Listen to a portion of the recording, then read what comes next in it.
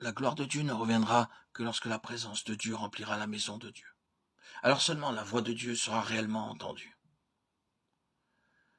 Lorsque Moïse entrait dans la tente d'assignation pour parler avec l'Éternel, il entendait la voix qui lui parlait du haut du propitiatoire, placé sur l'arche du témoignage, entre les deux chérubins. Et il parlait avec l'Éternel.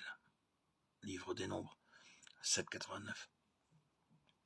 Lorsque l'œuvre du tabernacle fut achevée, alors la gloire de Dieu descendit et la voix de Dieu fut entendue au-dessus de l'arche de l'Alliance, entre les deux chérubins. Mais observez bien ce qui fut accompli avant que cette gloire descendît et que cette voix soit entendue dans le tabernacle, au désert. Le premier jour du premier mois de la seconde année, le tabernacle fut dressé. Moïse dressa le tabernacle. Il en posa les bases, plaça les planches et les barres et éleva les colonnes. Il étendit la tente sur le tabernacle. Et il mit la couverture de la tente par-dessus, comme l'Éternel l'avait ordonné à Moïse. Il prit le témoignage et le plaça dans l'arche. Il mit les barres à l'arche, et il posa le propitiatoire au-dessus de l'arche. Il apporta l'arche dans le tabernacle, il mit le voile de séparation. Il en couvrit l'arche du témoignage, comme l'Éternel l'avait ordonné à Moïse. Il plaça la table dans la tente d'assignation, au côté septentrional du tabernacle, en dehors du voile. Et il y déposa en ordre les pains devant l'Éternel, comme l'Éternel l'avait ordonné à Moïse. Il plaça le chandelier dans la tente d'assignation, en face de la table, au côté méridional du tabernacle. Et il en arrangea les lampes devant l'Éternel, comme l'Éternel l'avait ordonné à Moïse. Il plaça l'autel d'or dans la tente d'assignation devant le voile. Et il fit brûler le parfum odoriférant, comme l'Éternel l'avait ordonné à Moïse.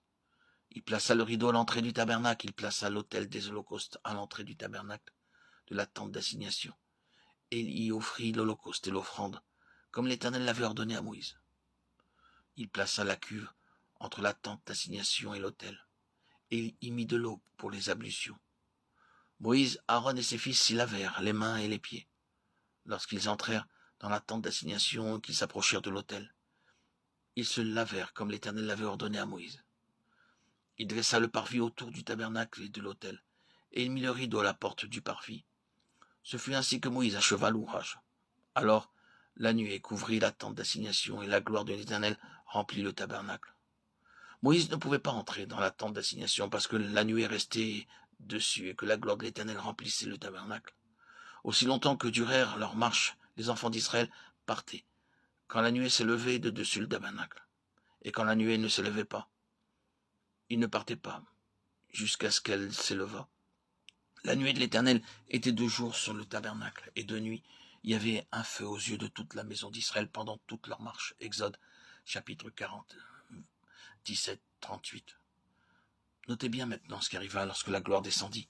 Dans ce court passage que nous venons de lire, cette expression « comme l'Éternel l'avait ordonné à Moïse » se trouve répétée 9 fois à propos de chaque détail. Il est chaque fois précisé « comme l'Éternel l'avait ordonné à Moïse ». Toute la construction du tabernacle avait été opérée en exécutant scrupuleusement le plan qui avait été révélé par Dieu. Ni Moïse, ni personne n'avait osé changer quoi que ce soit au modèle qui avait été révélé par Dieu sur la montagne.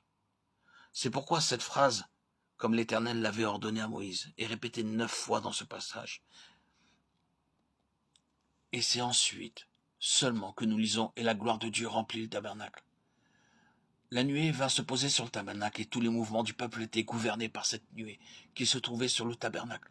Parfois, cette nuée qui était sur le tabernacle restait invisible pendant une journée, une semaine, un mois ou même plusieurs mois.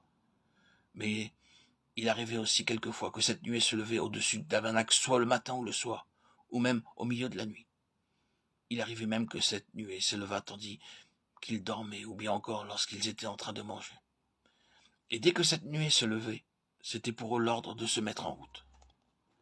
Ainsi, tous leurs mouvements étaient gouvernés par cette nuée. Ils n'étaient pas gouvernés par leur propre sagesse, par leur propre intelligence ou par les bons conseils des autres. Dieu nous enseigne ici que pour expérimenter, pour connaître cette gloire qu'il veut nous faire connaître, nous devons rester continuellement sous son autorité. C'est ainsi que nous pourrons jouir de sa révélation, de son gouvernement dans nos vies. Il sera le Seigneur, bien établi dans nos cœurs, qui régnera dans nos vies. Car ce qu'avaient connu Moïse et le peuple n'était que l'ombre de ce qui devait être réalisé spirituellement plus tard dans la maison de Dieu.